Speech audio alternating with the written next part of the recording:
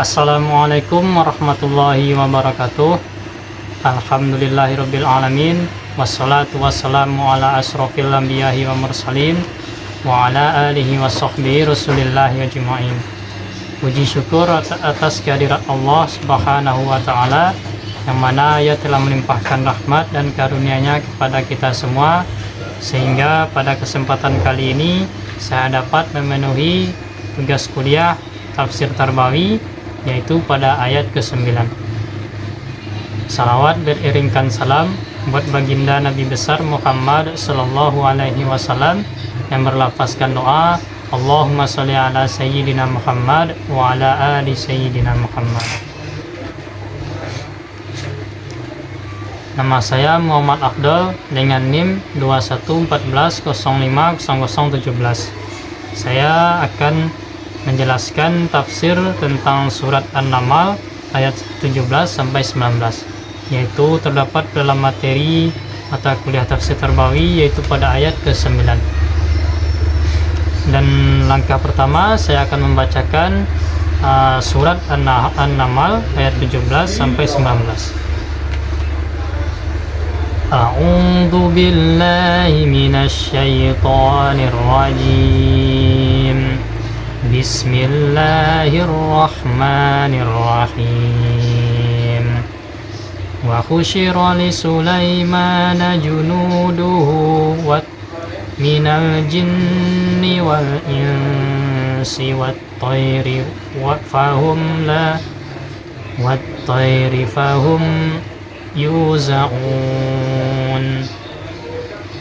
hatta idza atau ala wadin naml qalat namlatun ya ayyuhan namlu udkhulu masakinakum la yahtimannakum Sulaimanu junuduhu wa hum la yash'urun. Fatabassama dhahikan min qawliha wa qala rabbi awzi'ni an ashkura ni'mataka allati an'amtu alayya wa ala walidayya wa an a'mala salihan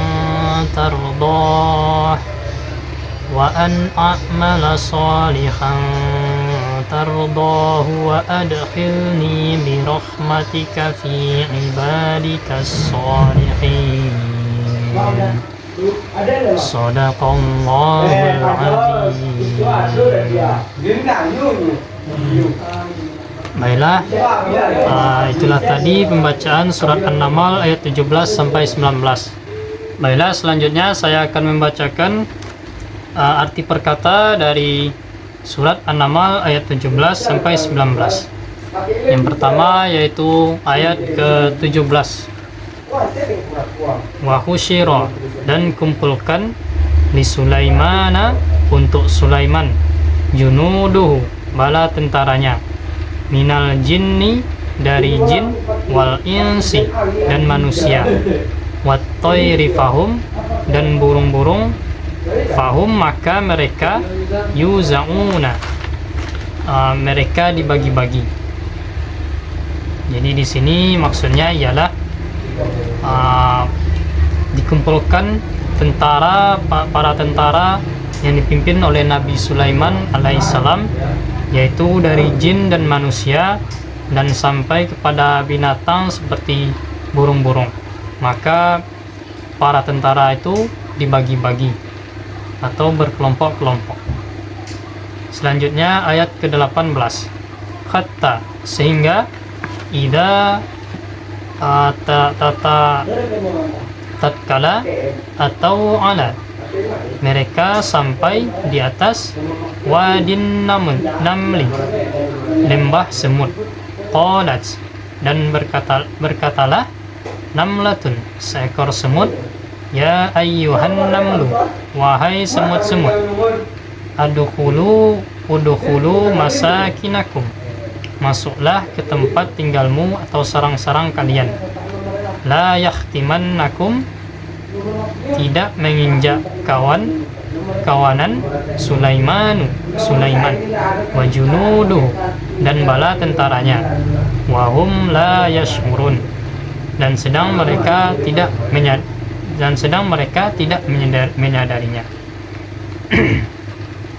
Jadi di sini maksudnya ketika bala tentara Nabi Sulaiman alaihissalam datang atau sampai di suatu tempat lembah para semut, lalu seekor semut berkata kepada seekor pemimpin semut berkata kepada para kawanannya, yaitu supaya masuk ke dalam sarang mereka, supaya para tentara Nabi Sulaiman ini tidak menginjak mereka, sedangkan mereka tidak menyadari bahwasanya ada kawanan-kawanan semut yang berada di dalam atau di bawah lembah itu, karena ukuran semut ini sangat kecil sekali.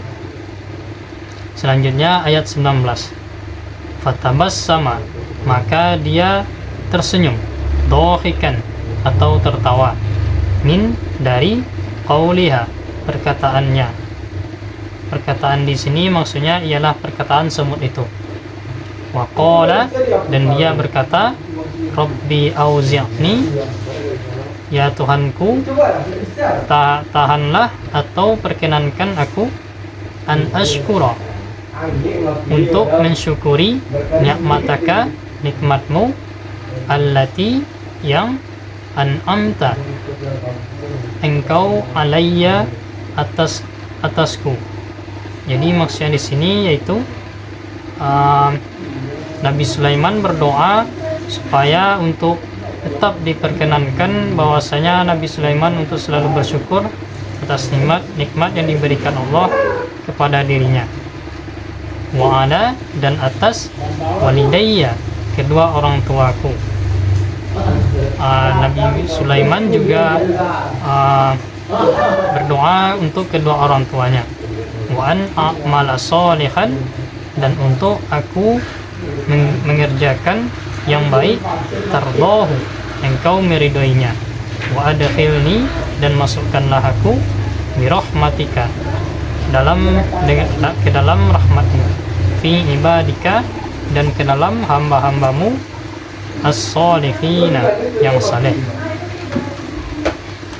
Itulah tadi pembacaan atau terjemahan dari arti perkata dari surat An-Naml ayat 17 sampai 19.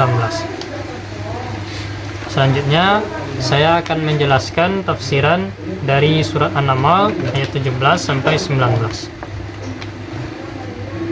Pada surat ini menceritakan tentang kisah atau tentang Raja Sulaiman atau Nabi Sulaiman alaihissalam, yang kepadanya ditundukkan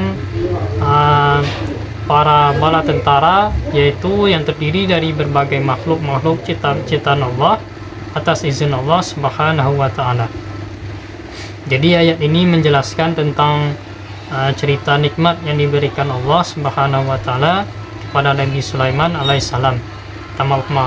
Makhluk yang ada di bumi dibuat patuh dan tunduk kepadanya, itu sebagai bala tentara yang menjadi pengawal Nabi Sulaiman alaihissalam, yang mana makhluk ini atau anak-anak buah Nabi Sulaiman ini adalah terdiri dari jin dan manusia, dan juga para binatang seperti burung-burung yang dijelaskan dalam ayat ini. Maka mereka dibagi-bagi atau dibariskan dan diatur sekian rupa. Dibagi-bagi di sini maksudnya ialah para bala tentara Nabi Sulaiman ini dikelompok-kelompokkan, dibagi-bagi dari berbagai macam makhluk. Dan di sini juga dijelaskan bahwasanya para prajurit Nabi Sulaiman ini diatur atau dikelompok-kelompokkan dan diberikan penugasan-penugasan dan penempatan-penempatan tertentu, dan mereka berbaris-baris dengan rapinya. Jadi dari ayat ini Allah menjelaskan tentang kuasa yang diberikan kepada Nabi Sulaiman alaihissalam mengenai prajurit dan nikmat yang diberikannya.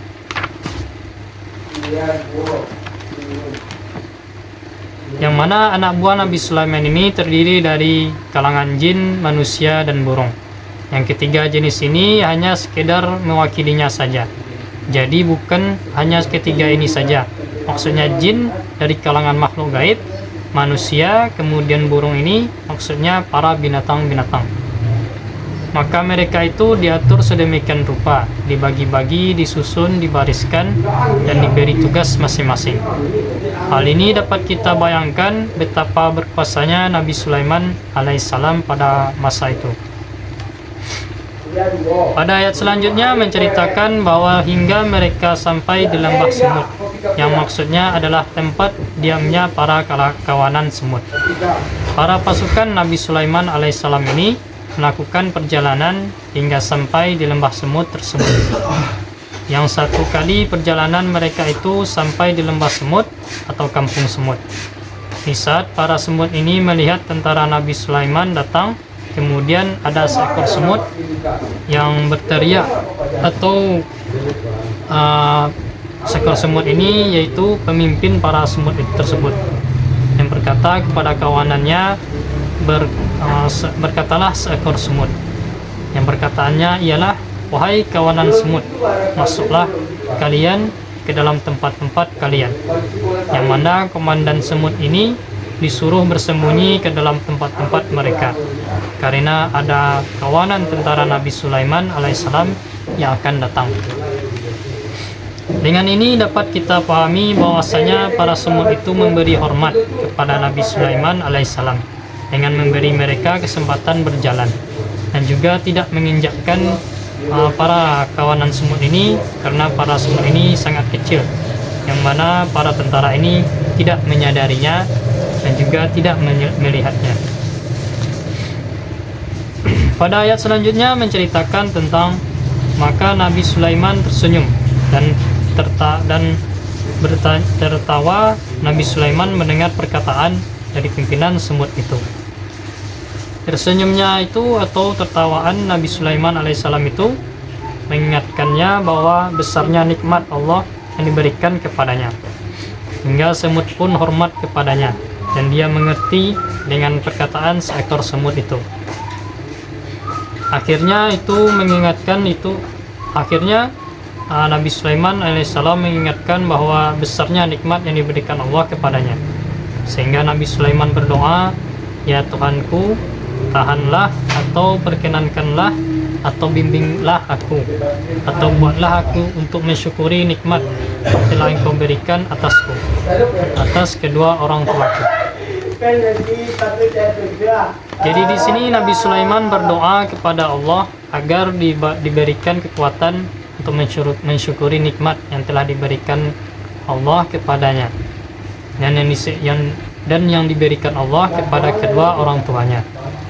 Hal ini mengajari kita bahwa ketika seseorang berpuasa itu, kita harus ingat bahwasanya orang tersebut atau kita sendiri mendapatkan nikmat dari Allah Subhanahu wa taala atas kekuasaan tersebut, bukan sebaliknya yang membuat dia sombong, lupa akan Allah yang mana Allah yang memberi kekuasaan tersebut. Dan bahwa aku mengerjakan amal soleh yang Engkau ridhoi amal soleh itu, bukan hanya bersyukur, tetapi menggunakan nikmat itu untuk beramal soleh yang diridhoi Allah Subhanahu wa ta'ala. Dan masukkanlah aku dengan rahmat Engkau ke dalam hamba-hambamu yang soleh. Lanjut doa Nabi Sulaiman alaihissalam. Jadi di sini Nabi Sulaiman bukan hanya bersyukur, tapi juga mengerjakan amal soleh atas nikmat yang diberikan Allah Subhanahu wa ta'ala. Dan juga Nabi Sulaiman meminta agar dimasukkan atau dikategorikan ke dalam hamba-hamba Allah yang soleh atas rahmat Allah yang diberikan Allah kepadanya. Dari penjelasan penafsiran surat An-Naml ayat 17 sampai 19 tadi, dapat kita simpulkan pelajaran atau kesimpulan pendidikan yang terdapat pada ayat ini, yaitu ayat ini mendidik kita tentang pendidikan akhlak terhadap Allah Subhanahu wa ta'ala, yang mana akhlak kepada Allah tersebut adalah meyakini bahwa Allah lah yang memberikan nikmat atas apa yang ada di dunia ini. Segala kenikmatan, segala kesenangan ataupun segala kesengsaraan, Allah lah yang memberikannya, bahwasanya itu diperuntukkan untuk kita, dan juga untuk menyadari bahwasanya Allah lah yang lebih berkuasa atas segala sesuatu. Allah lah yang memberikan nikmat di atas dunia ini, dan juga yang begitu banyaknya, dengan begitu banyaknya seperti yang diberikan kepada Nabi Sulaiman alaihissalam. Ini menjelaskan atau tercermin bahwasanya Allah lah yang berkuasa atas segala sesuatu yang ada di muka dunia ini. Berakhlak baik, yang kedua berakhlak baik terhadap semua makhluk Allah. Bahkan semut terkecil pun dari makhluk Allah, kita harus berakhlak atau berbuat baik, walaupun sekedar kepada binatang saja.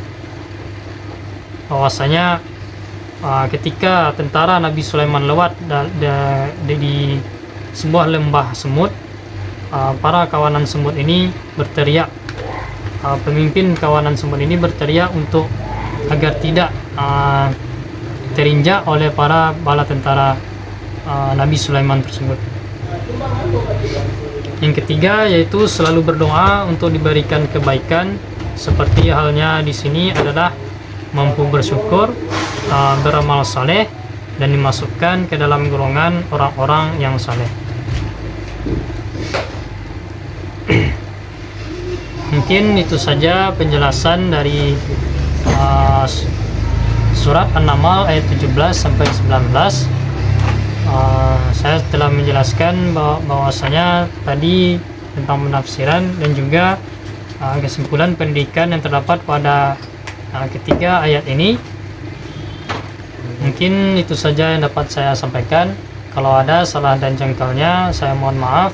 Wabillahi taufiq wal hidayah. Wassalamualaikum warahmatullahi wabarakatuh.